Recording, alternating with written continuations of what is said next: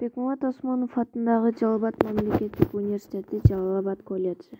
Окутуучу Өмүралиева Канике Кекебаевна. Студент Дамирбек кызы Сезмай, группа БКМК 419. Тема: электрондук почта.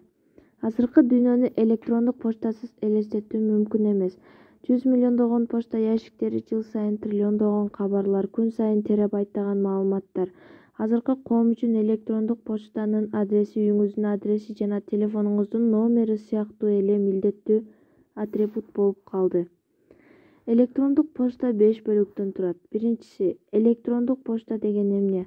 Электрондук почта эстафета принцибине негизделген. Почта программасынын жардамында локалдык компьютерде почта кабары түзүлөт.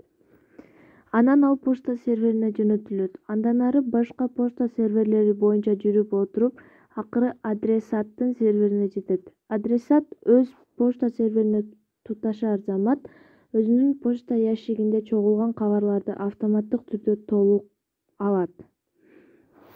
Электрондук почтанын адреси белгилүү бир формада жазылып, 2 бөлүктөн турат. Кардардын аты, сервердин аты.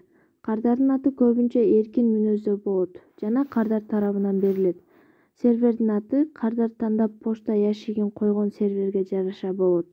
Email, electronic mail, электрондук почта. Бул тексттик кабарларды жана салынган файлдарды компьютердик тармак аркылуу берүүчү программалык жабдылыш. Аракеттениш принциби кадимки эле почтаны элестетет. Электрондук почтанын негизги өзгөчөлүгү мында: информация адресатка түздөн-түз эмес, серверде жайгашкан ортомчулук кылуучу электрондук почта ящиги аркылуу кетет. Информация бул ящикте абонент сурамайынча сакталып тура берет. Кабарларды жиберүүчүнүн биринчи почта программасын 1971-жылы Bolt Beranek and Newman Inc. компаниясынын кызматкери Рэй Томлинсон түзгөн. Электрондук почтанын автору ошол программасын текшерип жатканда бир компьютерден башкасына тамгаларды тим эле жибере берчү экен.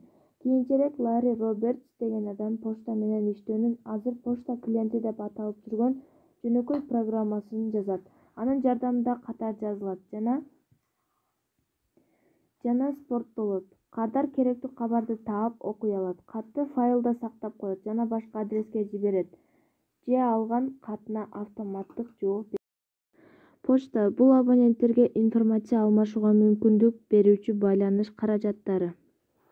Азыркы кат мурдагы каттардан башкача. Азыр жөнөкөй тексттүү сүрөттөр, гиперссылкалар, кыймылдуу флаш объектилер же GIF анимация менен толуктоого, үн менен коштоого мүмкүн.